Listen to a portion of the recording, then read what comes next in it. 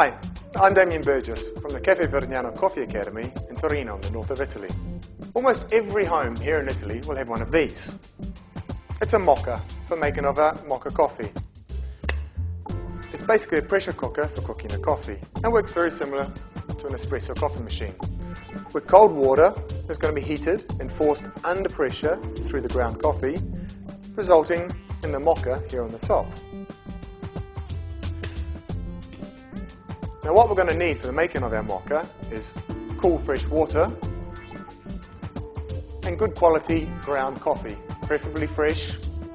Now, like any type of coffee, the type of coffee and the variety of blends we use is going to make a difference to the taste profile and aroma. So you need to work out which is the best coffee for yourself. Our Moka is divided into 3 parts.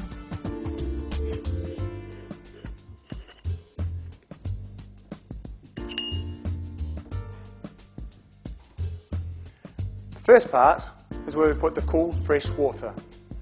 Generally, tap water is okay, assuming the region you live in, the water is not too harsh. The second part, our filter. Now it's in here that we're going to put the coffee. The coffee, of course, needs to be of the correct grind. If we use an espresso grind, which is a lot finer, the water is going to have trouble pushing its way through, and it's going to result in a very burnt and bitter taste. If the coffee is too coarse, it's going to be a lot watery and weak. So therefore, we need to have the correct grind for a Moka. And the third part is where the Moka is going to come up through the top, and it's going to leave our Moka coffee inside here. So we take our cool, fresh water, and we pour it into our tank at the bottom.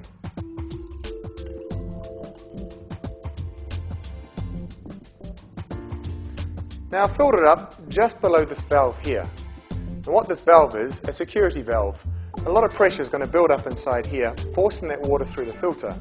There should be a problem with maybe the grind being too fine or too much coffee packed in here, the security valve is going to release. We take our filter and we slot it just in there like that. We then take our coffee. Now coffee needs to be cooled in a cool, dry place, and definitely with a lid on top. What happens is coffee is going to absorb a lot of humidity or flavours around it. So you've got to make sure you keep it somewhere where it's away from the onions and the fish. We're going to take our coffee and we're going to spoon it into the filter.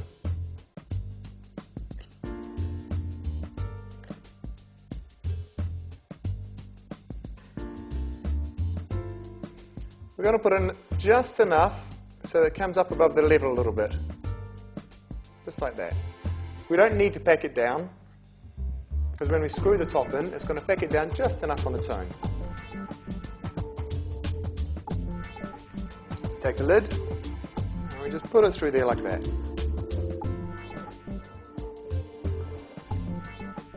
Now we need to tighten it just a little bit. We don't want to over tighten it, because we've got to remember it's still a pressure cooker, but tight enough that we're not going to have an overflow coming down the side here. Now we're going to take our prepared Moka and we're going to put it on top of a heat source.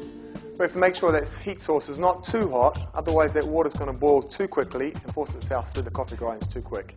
After a couple of minutes, our Moka is going to be ready. And while our coffee is getting ready there, I'll get my cups and saucers ready.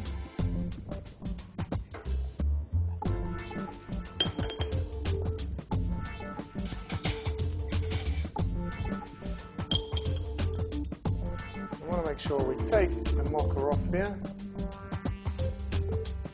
and pour it straight away.